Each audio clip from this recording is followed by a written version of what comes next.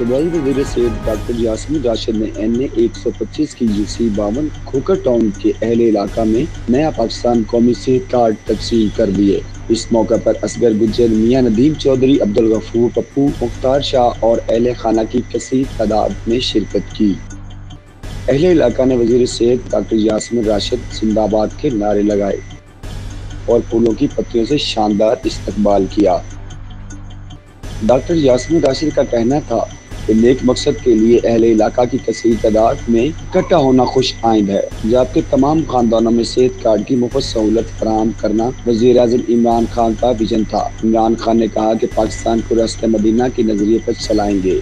इमरान खान ने पंजाब के 3 करोड़ से ज्यादा खानदानों को नया पाकिस्तान कौमी सेहत कार्ड फराहम करने के लिए 400 अरब रुपए की मंजूरी दी। नया पाकिस्तान में कौमी सेहत कार्ड का हामिल हर खानदान 10 लाख रुपए तक की मुफ्त इलाज की सहूलत हासिल कर सकता है।